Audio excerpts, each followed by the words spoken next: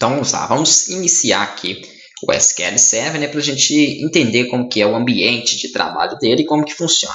Digita aí na barra de pesquisa SQL ou vem aí em todos os programas que aqui você vai ver as versões que tem aí instalada. Quando você instala 2014, ele instala alguns pacotes da 2008, mas ele não instala aqui, né, o Manage Studio, somente da 2014. Então abre aqui o SQL Server 2014, clica sobre SQL Server 2014 Migrant Studio, que ele vai abrir então aqui o servidor SQL, que é onde nós vamos então trabalhar aqui, né, com a criação do banco de dados, a criação das tabelas, o desenvolvimento em geral.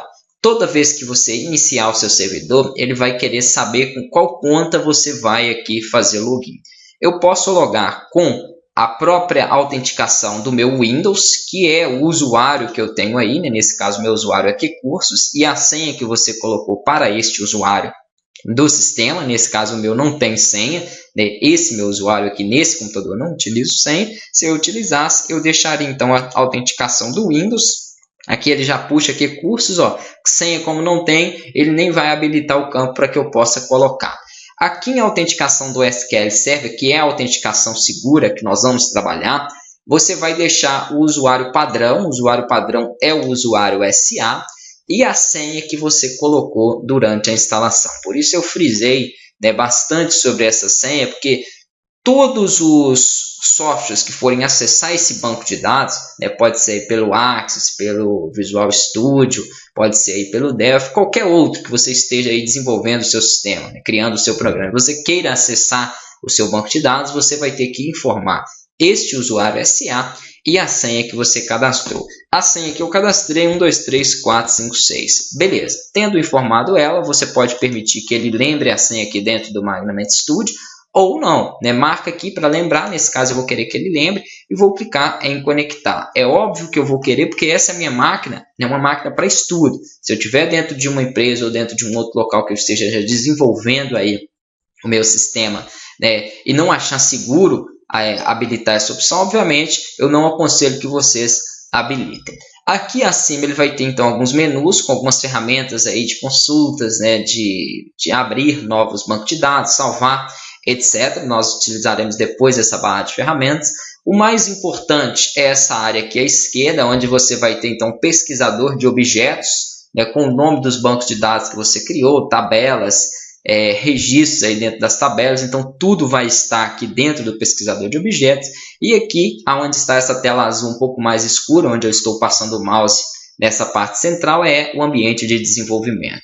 Vamos entender então um pouquinho aqui como que vai funcionar. Se eu abro as informações aqui que contém os bancos de dados, por enquanto ele só vai me dar aqui bancos de dados do sistema mesmo, que são os bancos de dados nativos aí e padrão que vem instalado, modelo, o banco de dados master, o MySDB e assim por diante. Então são bancos de dados aí padrões que não nos interessam, né? Nós precisamos criar o nosso próprio banco de dados, a nossa base de dados, e alimentar aí valores para esse banco de dados. Vamos supor que eu esteja criando um sistema financeiro, por exemplo. Dentro de um sistema financeiro eu preciso do cadastro das vendas, eu preciso do cadastro aí, né, de estoque, eu preciso do cadastro de clientes, cadastro aí de vendedores e etc. Tem inúmeros cadastros que eu preciso fazer.